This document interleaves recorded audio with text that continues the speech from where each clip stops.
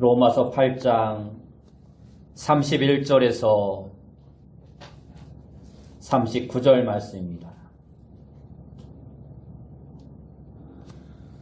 로마서 8장 31절에서 39절 말씀.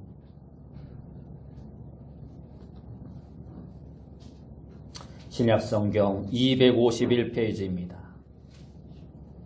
로마서 8장 31절에서 39절 말씀 제가 봉독해 드리겠습니다. 그런즉 이 일에 대하여 우리가 무슨 말하리요? 만일 하나님이 우리를 위하시면 누가 우리를 대적하리요? 자기 아들을 아끼지 아니하시고 우리 모든 사람을 위하여 내주시니가 어찌 그 아들과 함께 모든 것을 우리에게 주시지 아니하겠느냐? 누가 능히 하나님께서 택하신 자들을 고발하리요? 의롭다 하신 이는 하나님이시니 누가 정죄하리요? 죽으실 뿐 아니라 다시 살아나신 이는 그리스도 예수시니 그는 하나님 우편에 계신 자요 우리를 위하여 간구하시는 자시니라. 누가 우리를 그리스도의 사랑에서 끊으리요? 환난이나 공고나 박해나 기근이나 적신이나 위험이나 칼이랴. 기록된 바 우리가 종일 주를 위하여 죽임을 당하게 되며 도살당할 양같이 여김을 받았나이다 함과 같으니라. 그러나 이 모든 일에 우리를 사랑하시는 이로 말미암아 우리가 넉넉히 이기느니라.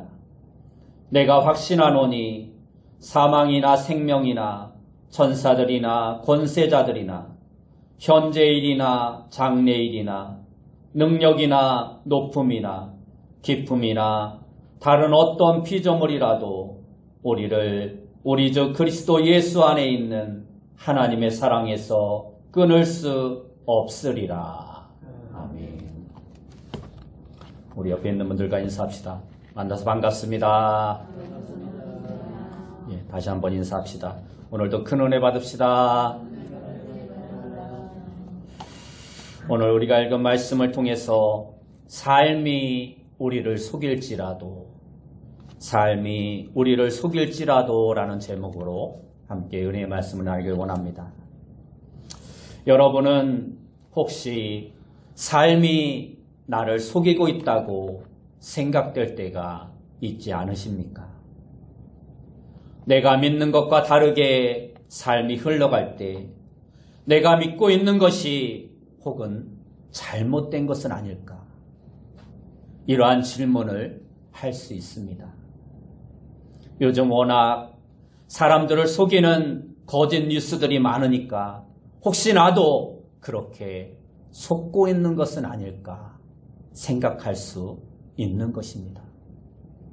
특별히 힘든 일을 겪고 있을 때 삶의 어려움과 현실의 무게 때문에 힘겨운 나날을 보내고 있을 때 주님을 믿으며 사는 것이 뭔가 하는 생각이 들 수 있습니다. 내가 믿는 것과는 다른 현실의 어려움을 마주하게 생길 때 갈등이 있을 수 있습니다. 삶이 나를 속이고 있다고 느껴지는 상황들이 있을 수 있습니다. 그럴 때 우리는 어떻게 하면 좋을까요? 그럴 때 우리의 할 일은 분명합니다. 우리의 할 일은 하나님을 확신하는 일입니다. 삶이 우리를 속일지라도 우리가 할 수 있는 일은 확신입니다. 삶이 우리를 속일지라도 우리가 가질 수 있는 것은 확신입니다. 삶이 우리를 속일지라도 우리는 확신할 수 있는 것입니다. 우리가 믿고 있는 바와 다른 현실을 만나고 삶이 도대체 이해되지 않을지라도 우리는 확신할 수 있는 것입니다. 우리에게 있는 이 확신은 무모한 믿음이나 이유 없는 맹신이 아닙니다. 그럴 만한 이유와 근거가 있는 확신입니다. 그래서 오늘은 우리에게 있는 이 확신의 근거가 무엇인지, 그리고 우리가 확신할 수 있는 이유를 함께 생각해 보고자 합니다. 오늘 본문을 크게 두 단락으로 살펴보면서 두 가지를 생각해 보고자 합니다.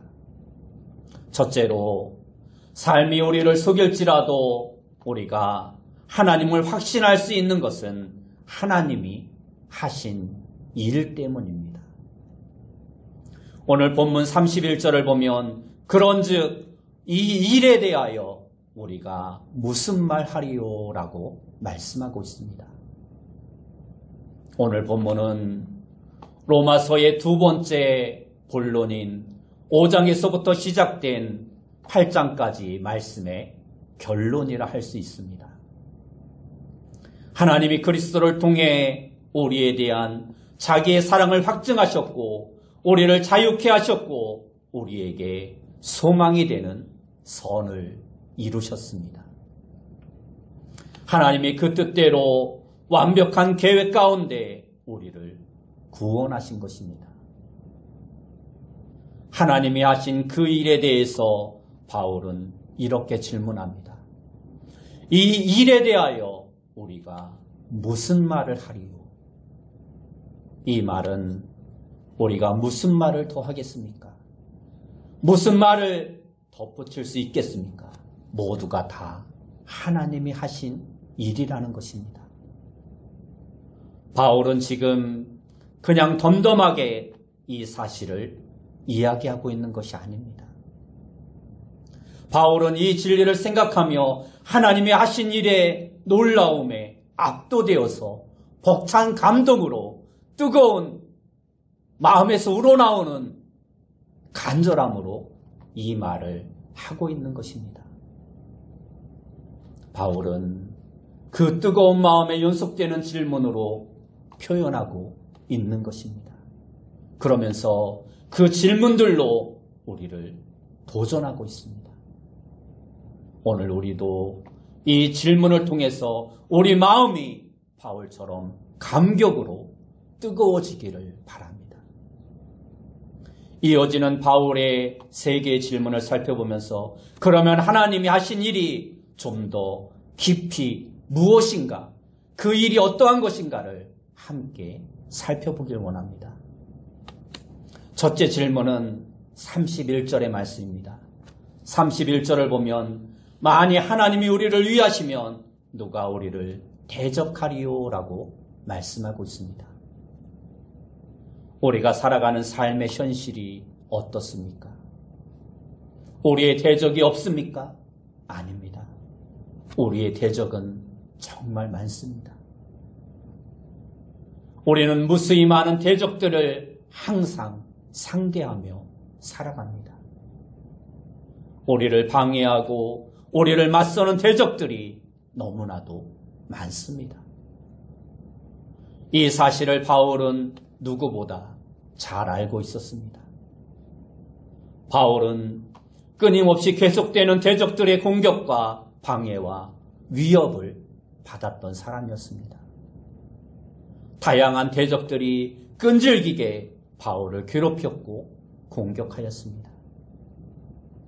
오늘 우리도 그러합니다. 우리가 경건하게 살고자 할 때 우리에게 고난과 핍박이 따라옵니다. 우리를 힘들게 하는 것들이 참으로 많이 있습니다. 세상과 그 세상에 속한 것들과 마귀와 타락한 영들이 우리를 대적합니다. 이러한 것들은 우리가 대항하기 어려운 적들입니다. 또한 우리의 죄악된 본성이 우리를 힘들게 할 때도 많고 때로는 피할 수 없는 어려운 상황들을 만날 때도 있습니다.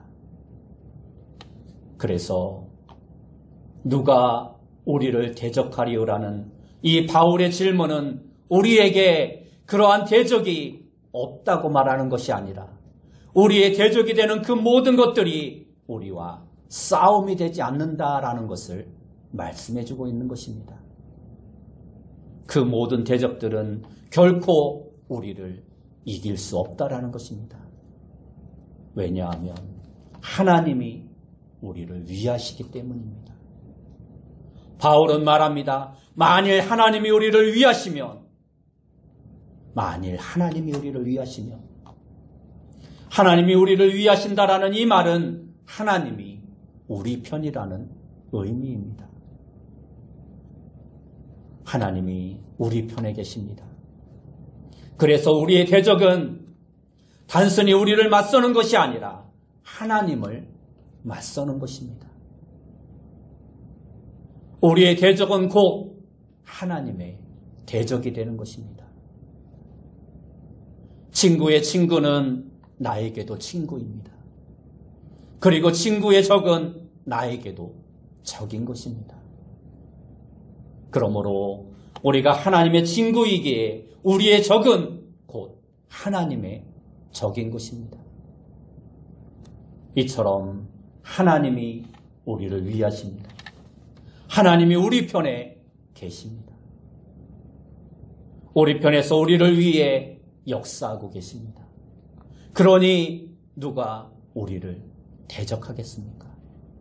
그 누구도 그 어떠한 것도 하나님 편에 있는 우리를 궁극적으로 해하거나 대적할 수 없는 것입니다.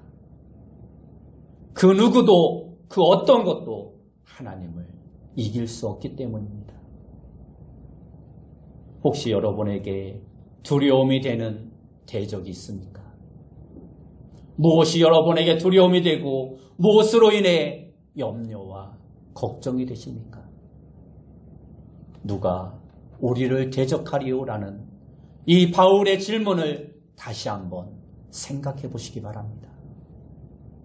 그리고 하나님이 우리를 어느 정도로 위하고 계시는지 오늘 본문의 말씀을 통해 살펴보시기 바랍니다. 32절 말씀에 보면 자기 아들을 아끼지 아니하시고 우리 모든 사람을 위하여 내주시니가 어찌 그 아들과 함께 모든 것을 우리에게 주시지 아니하겠느냐 말씀하고 있습니다. 하나님이 어느 정도로 우리를 위하십니까? 우리를 하나님 편에 있게 하시려고 하나님께서 어떠한 일을 행하셨습니까?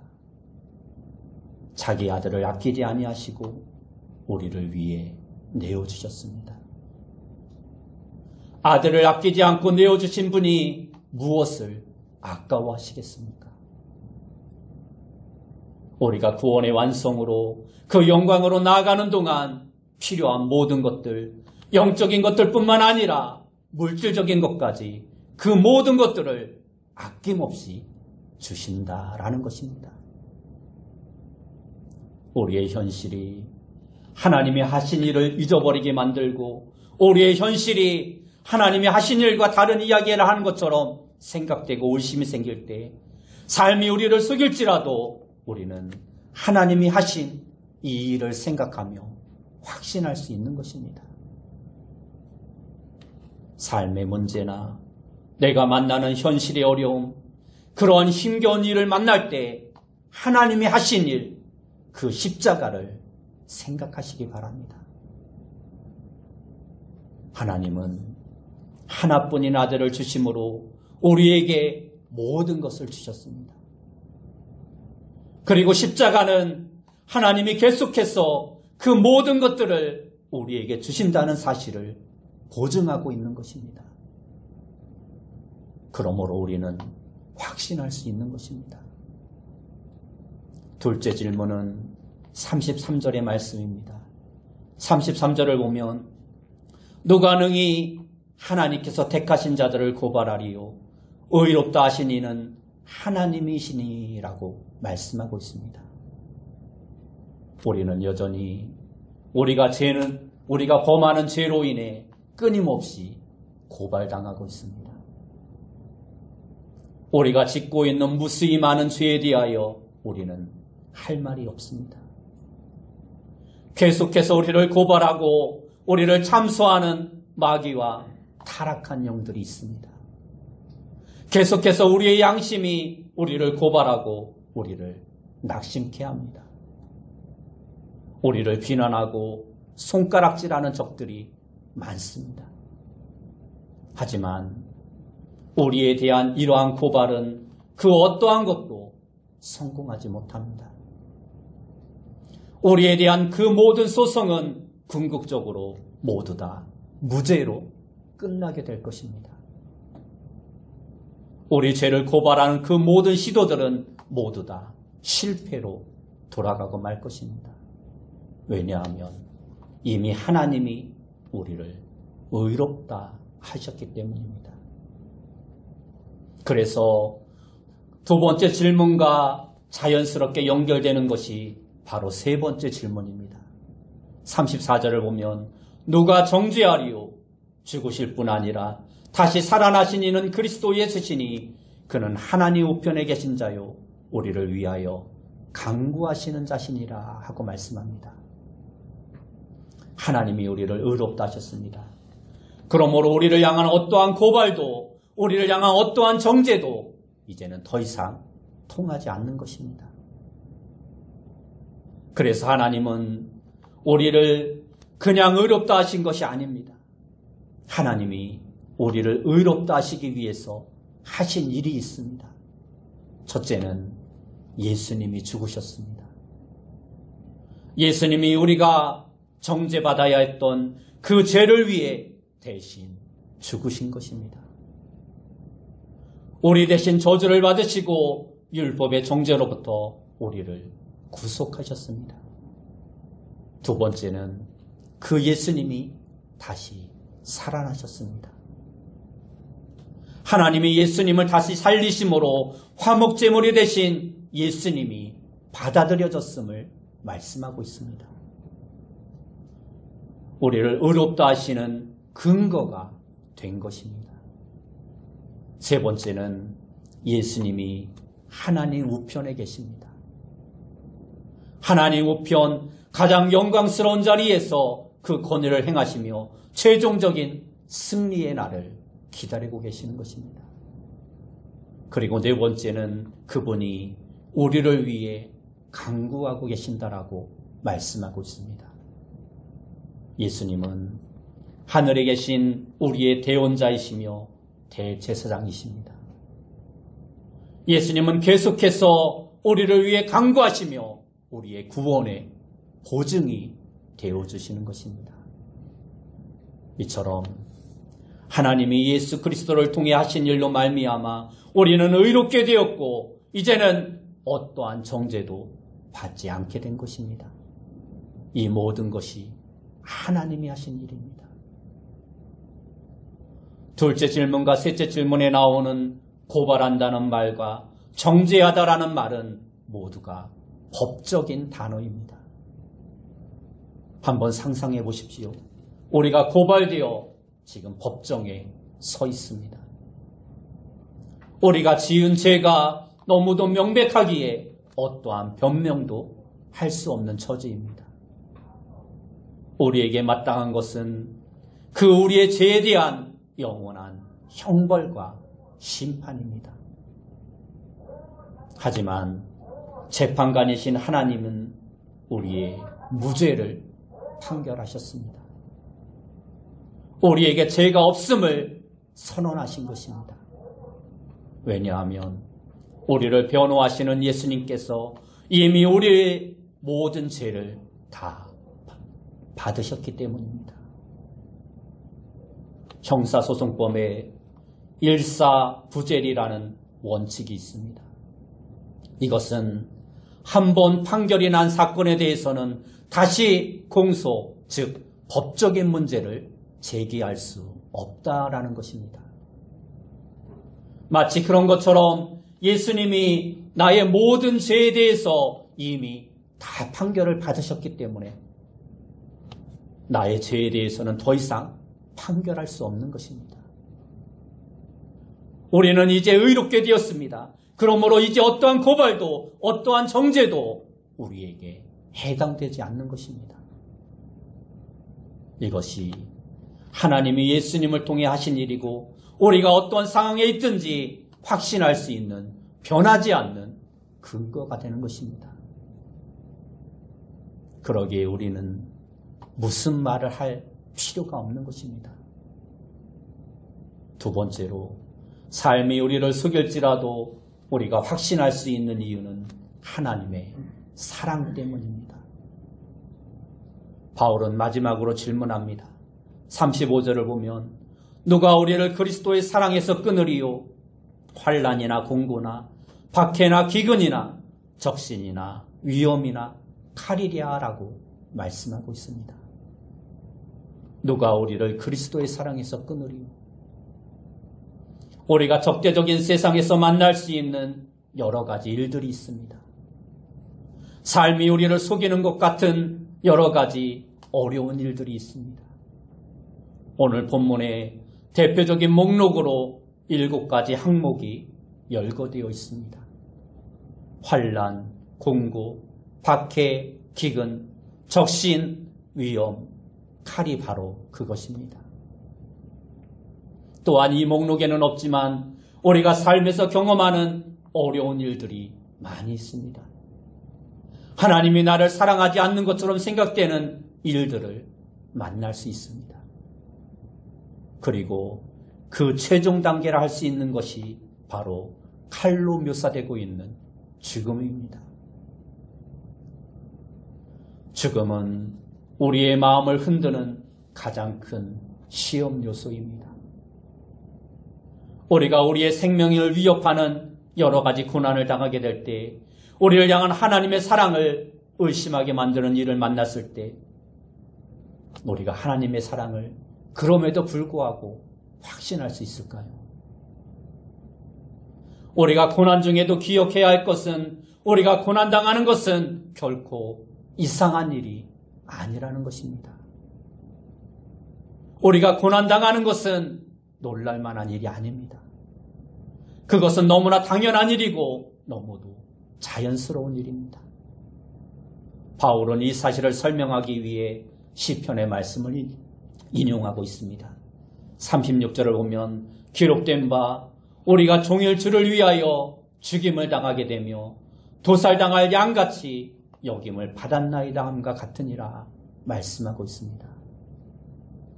믿는 자가 세상에서 만나는 어려움, 부당한 일들, 그러한 여러 가지 고난들은 특별한 일이 아니라는 것입니다.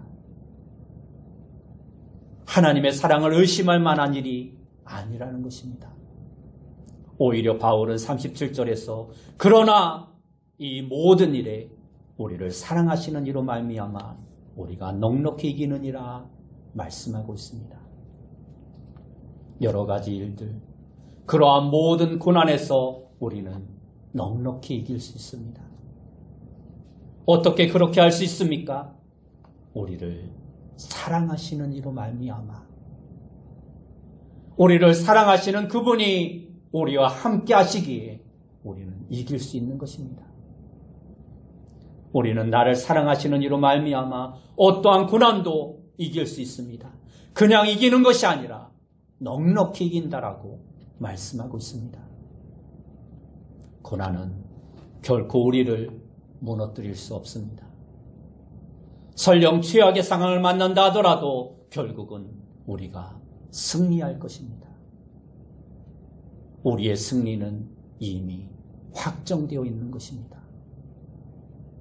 하나님은 미리 아신 자들을 한 사람도 잃어버리지 않으십니다. 하나님은 그 모든 것을 사용하셔서 사랑하는 자들의 선을 이루시는 분이십니다. 하나님은 우리의 모든 삶 가운데 사랑으로 역사하셔서 그분의 뜻을 이루어 가십니다. 그래서 우리에게 있는 고난은 오히려 하나님의 사랑을 실제로 경험하고 그 사랑을 깊이 이해하는 기회가 되는 것입니다. 그래서 우리가 하나님의 사랑을 확신할 수 있는 것입니다. 38절과 39절을 보면 내가 확신하노니 사망이나 생명이나 천사들이나 권세자들이나 현재일이나 장래일이나 능력이나 높음이나 깊음이나 다른 어떠한 피조물이라도 우리를 우리 주 그리스도 예수 안에 있는 하나님의 사랑에서 끊을 수 없느니라 말씀하고 있습니다. 그 어떠한 것도 하나님의 사랑에서 우리를 끊을 수 없습니다. 그 이유는 하나님이 우리를 사랑하시기 때문입니다. 하나님이 우리를 사랑하시는 그 어떠한 특별한 다른 이유가 있는 것이 아니라 우리가 뭔가를 해서 우리가 뭔가 특별한 것이 있어서가 아니라 어떠한 조건이 아니라 하나님이 먼저 우리를 사랑하시기로 작정하셨기 때문입니다. 하나님의 사랑이 이 모든 것을 가능하게 한 것입니다.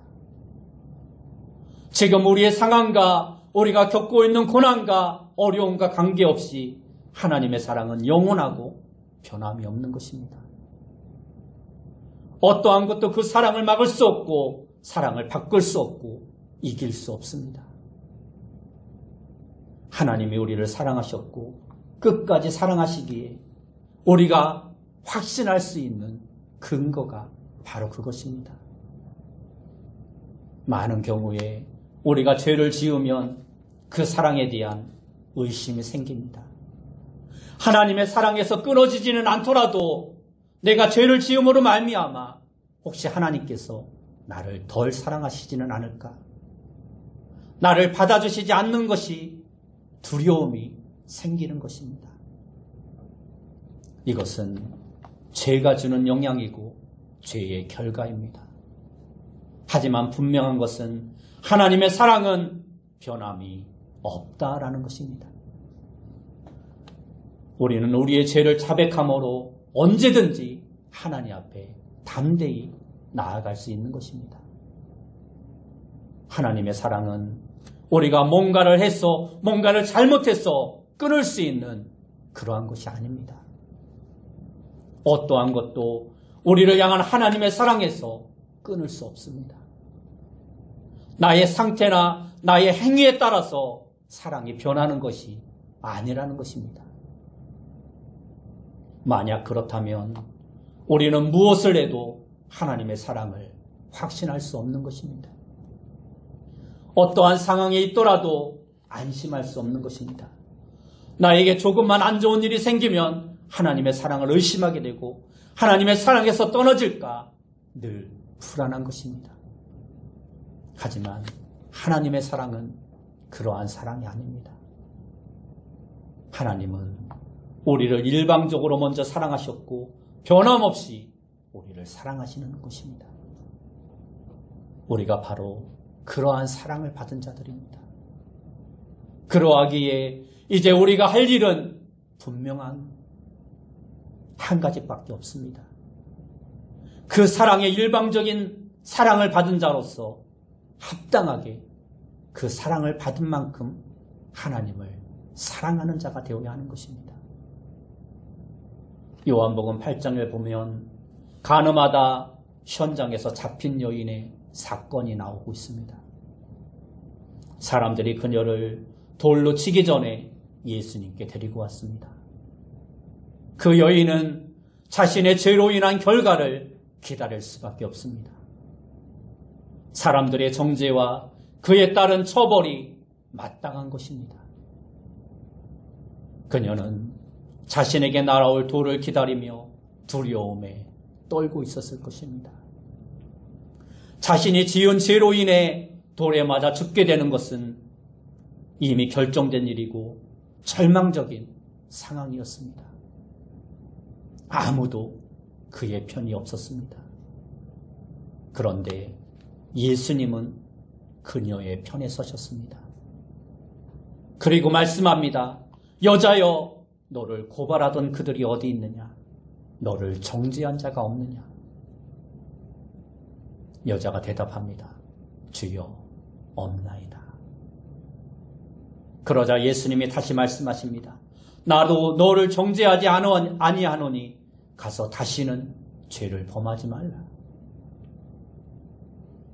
우리가 바로 이 여인과 같은 자입니다.